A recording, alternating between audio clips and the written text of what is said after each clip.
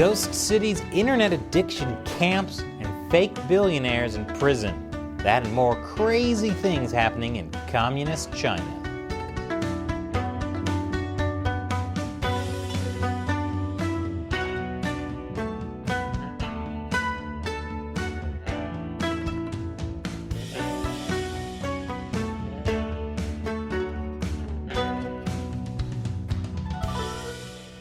Welcome to China Uncensored. I'm Chris Chappell.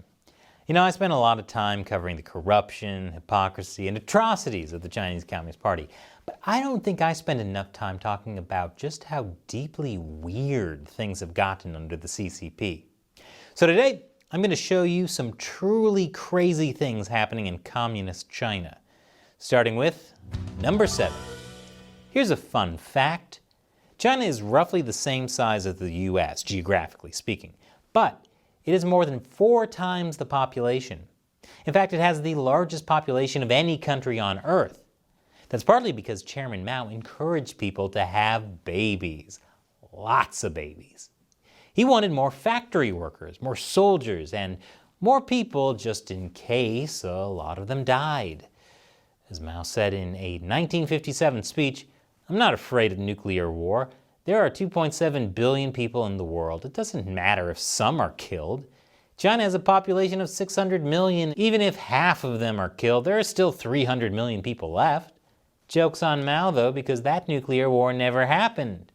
Sure, like 70 million Chinese people died in the 1950s, but that's only because they starved to death. But thanks to Mao's everyone go have babies policy, by the late 1970s, China's population was getting huge. So the CCP decided to regulate how many kids people could have. They started the one-child policy. It ran from 1980 to 2016. Then they allowed parents to have a second child. And as of last year, they're now allowing couples to have 3 children as a treat. But it's still government control. And telling people whether or not they should have kids should not be the government's job.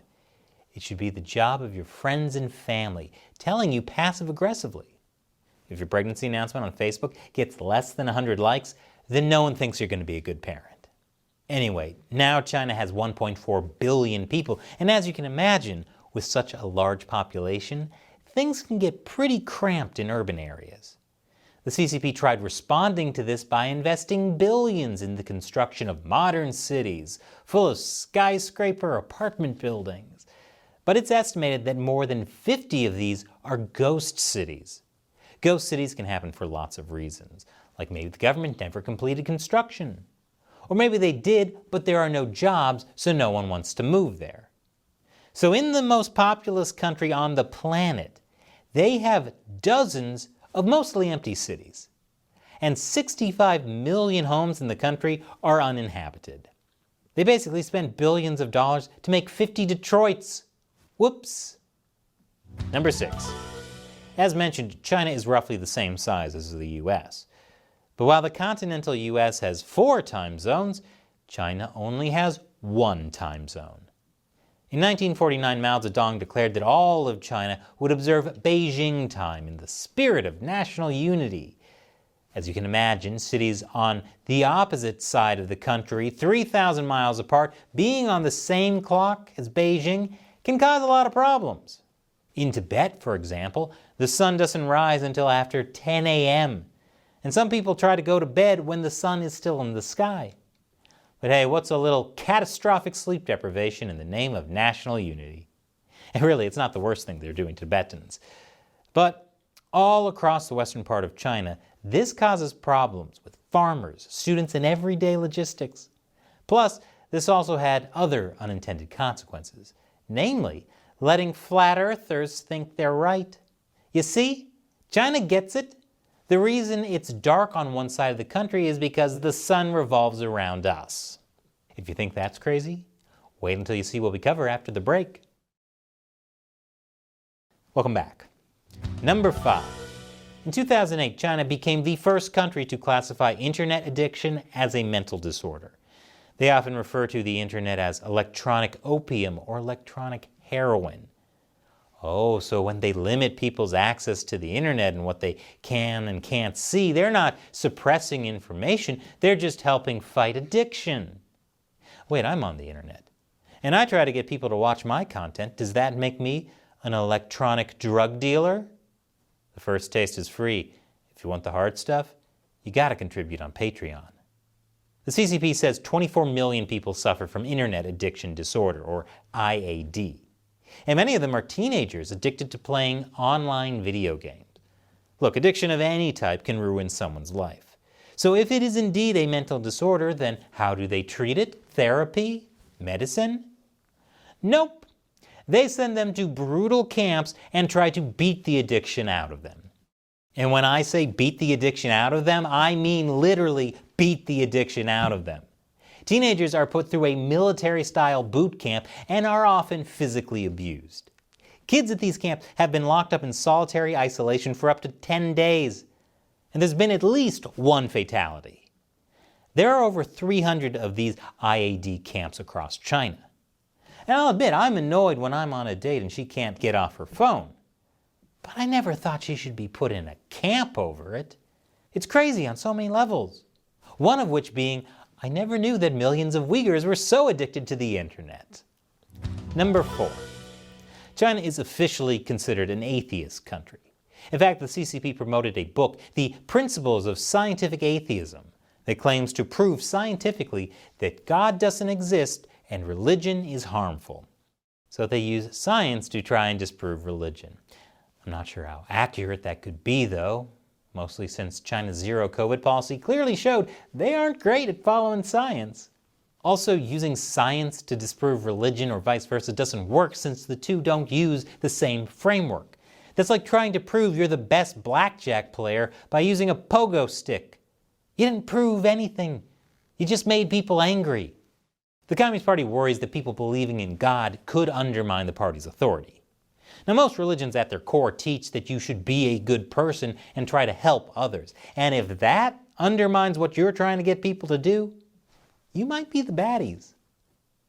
But for those who insist on believing, there are 5 officially recognized religions in China: Buddhism, Taoism, Islam, Catholicism, and Protestantism.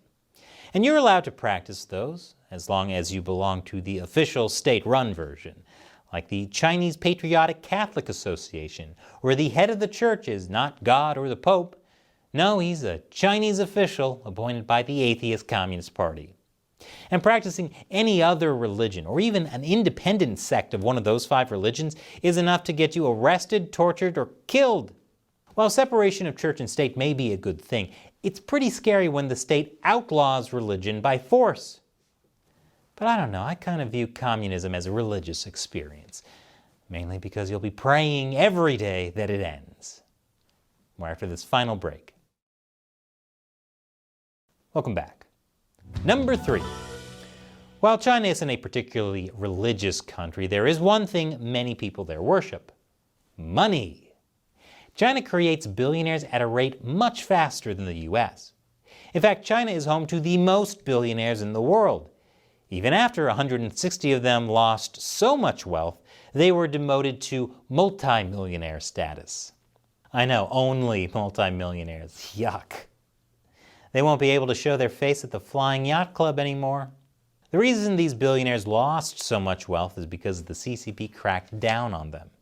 Turns out the Communist Party isn't a fan of wealth that they're not in control of. So how do they crack down on billionaires in China? With legislation and restrictions? Yes, but also executions. Yeah, billionaires in China don't have a long life expectancy. China has executed over a dozen of them. Plus, many have been murdered or committed suicide. You know, committed suicide, like Jeffrey Epstein. No wonder so many American billionaires are trying to get on China's good side. They want to make sure they don't end up getting disappeared. So as you can imagine, wealthy people in China go to extraordinary lengths to protect themselves. For example, hiring body doubles. In some cases, to go to court and serve their prison sentences for them. So at least if Jeff Bezos ever traveled to China and gets put on trial, he could have his jail time served by Mr. Clean. Speaking of being held in captivity, number 2. Pandas. There are pandas in zoos all over the world, but all of them, no matter where they were born, are still owned by China. And you thought Disney's copyright lawyers were brutal. Somehow China gained the rights to an entire species. Zoos pay upwards of $1 million a year for a pair, for up to 10 years with an option for renewal. This money China collects goes towards panda conservation efforts. No, not for these guys. For these guys.